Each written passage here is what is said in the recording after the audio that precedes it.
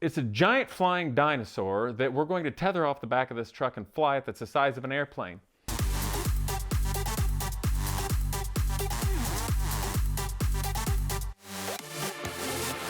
My blue with white stripes daily driven Dodge Viper of infamy from an earlier episode, it seems only fitting that such a vehicle could be used for something so absurd that it would only come from me, probably, actually.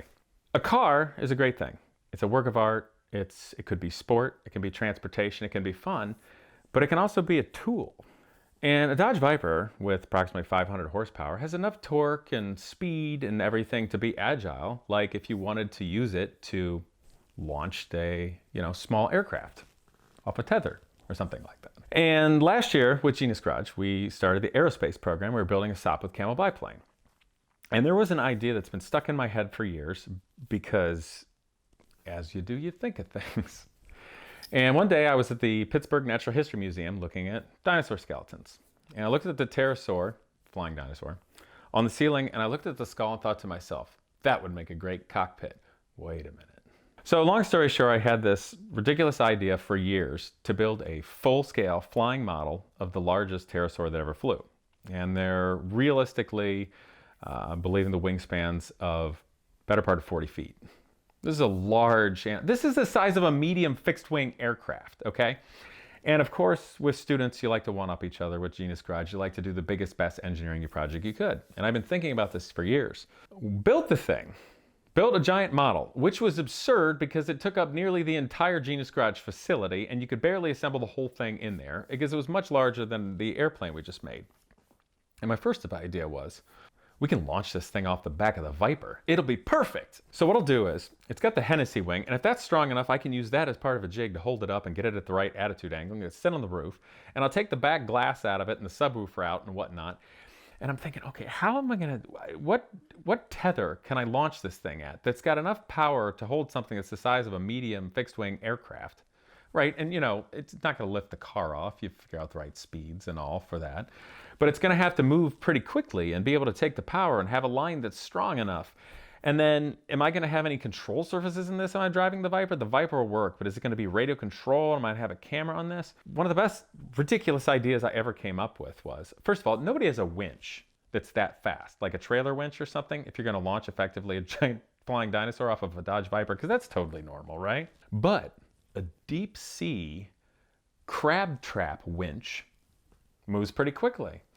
And somehow on the internet, I found some of these for sale and they've got this great beam and boom. And I'm thinking, this could be perfect. But how am I going to call the people that sell this? It's like, yes, sir. No. Well, what are you using it for? Are you Alaskan crab fishing? I'm like, not exactly. Well, where are you shipping it to? Ohio. Well, what are you doing in Ohio with it? Well, I thought that I would take this and I would power it off of the subwoofer leads to my Dodge Viper and mount it upside down in the trunk with the glass off to launch a giant flying dinosaur model out of the back, at which point I would promptly hear a click on the phone. So that seemed like a great idea, and I'm sure would work. However, when I actually got this thing out and set it on top of the Viper, I realized, well, first of all, this is like right on the edge of sanity, even of engineering, and it's truly above and beyond of absurdity. And when this was sitting outside on top of the Viper, people were starting to drive by, see it, stop, turn around, and it was bringing a crowd of like, what is going on? And I'm like, it's exactly what it looks like. But I came to my senses slightly. See, I've shelved that idea for later because it'll still work. But the other problem is we're in Ohio. I don't have any dry lake beds to launch this thing with or runways that are proper and don't want to deal with, airport regulations and such. I looked up FAA regulations and things like that. And the funny thing is, it's effectively a giant kite. And as long as you don't fly it too high and you're not buying anything, it's pretty reasonable. Actually, they can be more crazy on drones. So I'm like, okay, I still need to test this thing, flying this thing for at least weight and balance and airfoil and stuff. And the Viper is not going to work for this right now. Let's use the big Ford truck. Turbo diesel, big, dually, extended cab, long bed. This'll work because not only can I actually put it on the back of it, I'll have to build a big cradle and launch pad.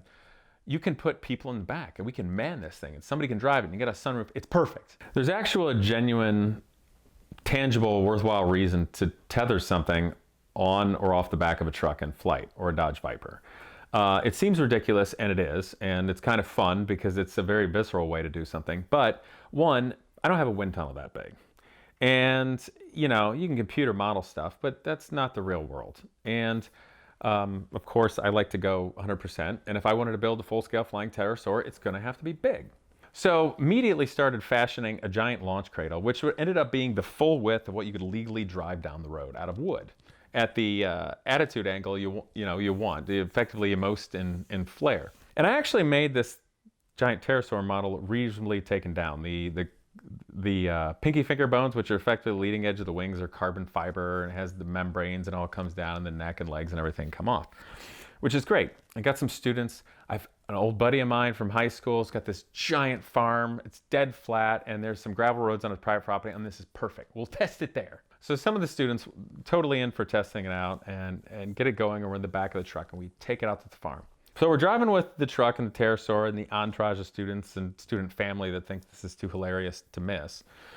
And we get to the middle of nowhere, Ohio, farmland. I don't even know what town this was. It was small, had to get fuel. And what was weird is this giant pickup truck and this giant cradle in the back, the part of the pterosaur that you could have in it was attached. And we had the wings all taken down and folded up, and the head and the neck was off. So stretched out on the back of this giant truck was the entire abdomen of what looks like this giant turkey animal of prehistoric times with no neck, no head, no wings, nothing, and no feet. So it really looked kind of weird and wrong in every way. And we're in a tiny town getting fuel with a truck.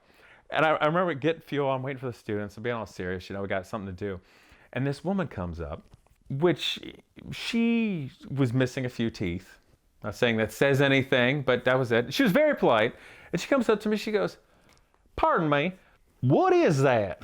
And I said to her, I'm like, "Oh, it's a pterosaur model we're going to test today." And she looks at me and goes, I'm like, "Pterodactyl." She goes, "Come again?" I'm like, "It's a giant flying dinosaur that we're going to tether off the back of this truck and fly it that's the size of an airplane." She just goes, "Bull." Looks at me, I'm like, "No, that's what we're going to do." She looks over like this, looks back, and then just drives away. It was equally absurd. But the glorious, great thing about this is when we get to the farm, it's a beautiful day. It's sunny. It's great. We get this thing set up. There's a giant dinosaur on the back of this truck, ready to fly, right?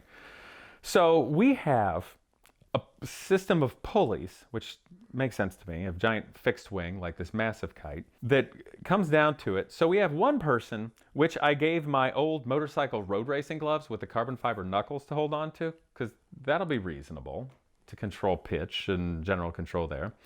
And then the front leading edges of the wings, we had tethers to the back of the truck. So initially we get tested anywhere from like 3 to 5 foot flying outside of ground fleck over the back of the truck. It ended up being that, and this is where a lot of trust comes in. And keep in mind, we're on private property on this gravel road. The one student, Spencer, he's driving, which is perfectly fine. And my wife was in the passenger seat. I think somebody was in one of the back seats of the truck. Spencer's dad decided that the most fun thing to do would be to wrangle the dinosaur like we're at a prehistoric rodeo in the back of the truck, holding on to it like this, laying down underneath it, which actually was great fun because I did that too. And I stood in the bed of the truck with my back up against the cab, and I was at effectively the shoulder of the pterosaur and right next to the neck with another guy right next to it here.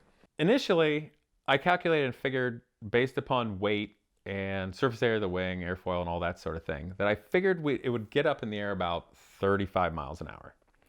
But annoyingly, figuring out engineering of things that flex and move with a flexible membrane is a lot more difficult, and this was the prototype. So the airfoils were going flat, and it was becoming pretty inefficient, which is a boring way of saying we just had to drive faster, which is fun in theory, but is kind of terrifying.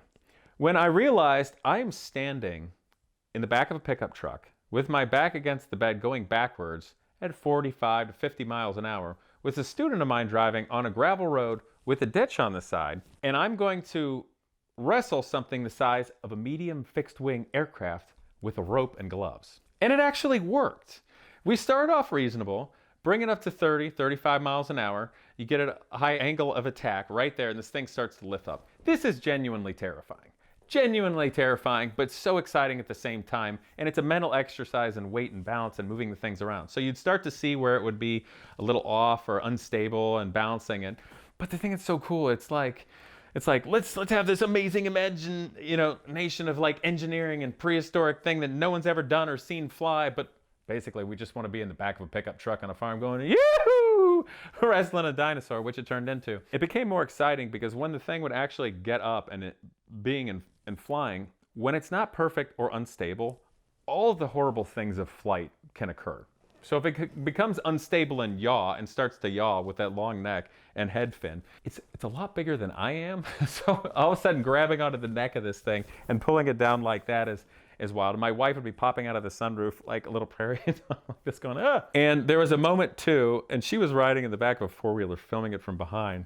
It started to porpoise. It became like a degrading stability and pitch, which was terrifying and exciting all at the same time. The thing is a 38-foot wingspan. It's enormous. You could, I'm not going to do it because I don't want to win a Darwin Award, but you could ride on its back and theoretically fly it, like Avatar. And this giant thing starts going like this, which is the most terrifying thing. It's like, woof, woof, woof, off the back of a truck. We're using a dually Ford pickup truck to pull this thing.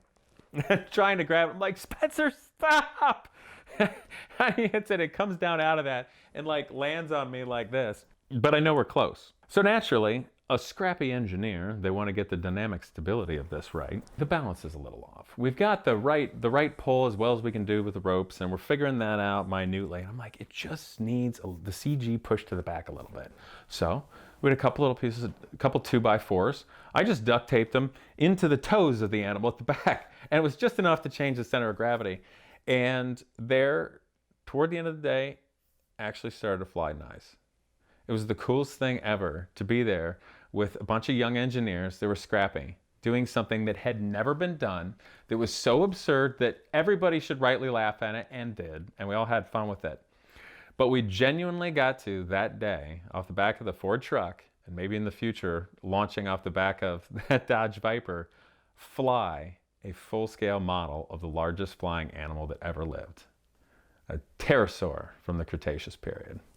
That's a car adventure. The story of your dream car starts with finding it, and the best way to do that is with Autotempest.com. Autotempest allows you to compare the results from Craigslist nationally with all the top listing sites. So visit Autotempest.com today, and before long, you'll be making some amazing car stories of your very own.